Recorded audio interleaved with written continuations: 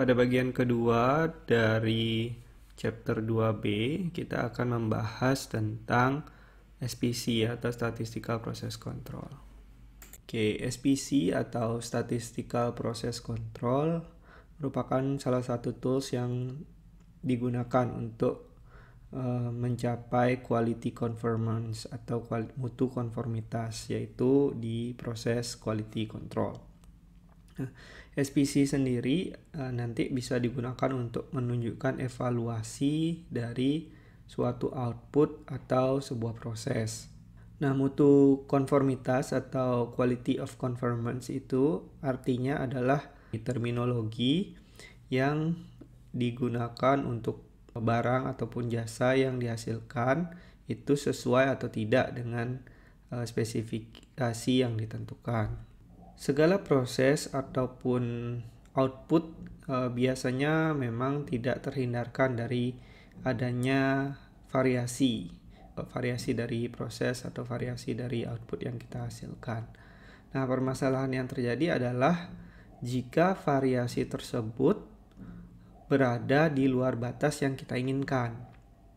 Jadi, untuk itu perlu diketahui dulu apakah variasi tersebut variasi yang sifatnya random atau acak atau variasi yang secara alami yang merupakan bagian dari sebuah proses begitu, atau variasi tersebut adalah variasi yang non-random atau mungkin bisa disebabkan oleh sesuatu hal yang tentunya kita perlu identifikasi dan cari tahu gitu ya, permasalahannya seperti apa. Variasi-variasi tersebutlah yang bisa kita identifikasi menggunakan tools SPC ini. Nah, berikutnya kita akan membahas beberapa contoh dari tools SPC yang ada begitu ya, yaitu jenis-jenis control chart yang ada. Namun sebelumnya mungkin ya tadi ada dua istilah, yaitu variasi random dan variasi non-random. Atau variasi random itu variasi yang sifatnya natural begitu ya. Kita memang ketika makan meskipun dia sangat presisi, tentu ada presisinya sampai sekian milimeter begitu atau sekian second begitu. Nah, itu tetap adalah variasi yang memang tidak bisa dihindarkan.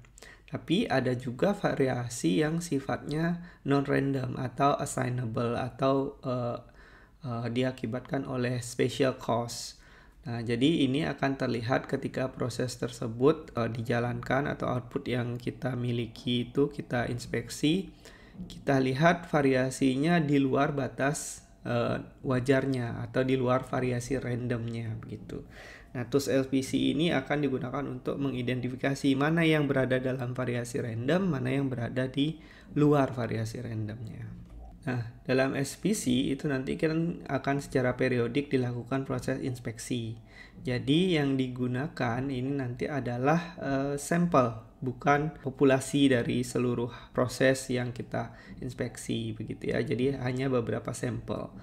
Nah, sampel tersebut secara statistik kan akan dihitung nanti, bisa jadi rata-ratanya atau jumlah produk yang diamati atau jumlah cacat atau jumlah produksi yang dihasilkan begitu. Nah, masing-masing variabel tersebut punya control chart tersendiri sesuai dengan apa yang kita ingin amati prosesnya.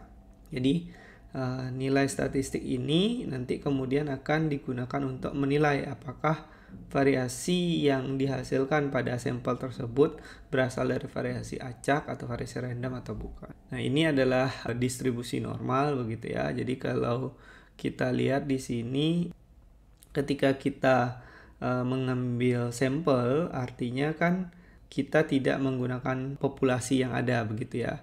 Tentu distribusi dari sampel dengan distribusi dari populasi akan berbeda. Tapi berdasarkan central limit teorema, variasi sampel biasanya kan memang akan lebih kecil jika ukurannya variasi sampel dengan variasi populasi itu nanti gapnya akan lebih kecil jika ukuran dari sampel yang kita gunakan ditambah begitu ya.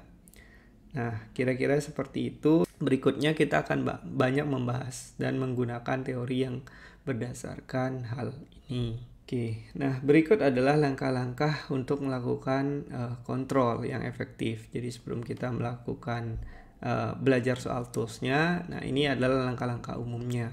Jadi kurang lebih ada 6 step begitu ya, atau 6 fase dalam melakukan kontrol terhadap suatu proses ataupun suatu produk. Nah, pertama kita harus mendefinisikan apa yang mau dikontrol begitu, kemudian harus ada pengukurannya sehingga bisa ditentukan apakah masih sesuai dengan pengukuran atau tidak. Kemudian akan dibandingkan begitu ya. Jadi dibandingkan dengan apa? Nah, kita harus punya standarnya. Biasanya kalau dari produk atau barang atau jasa itu biasanya ada standar servisnya atau standar spesifikasinya kalau dia barang.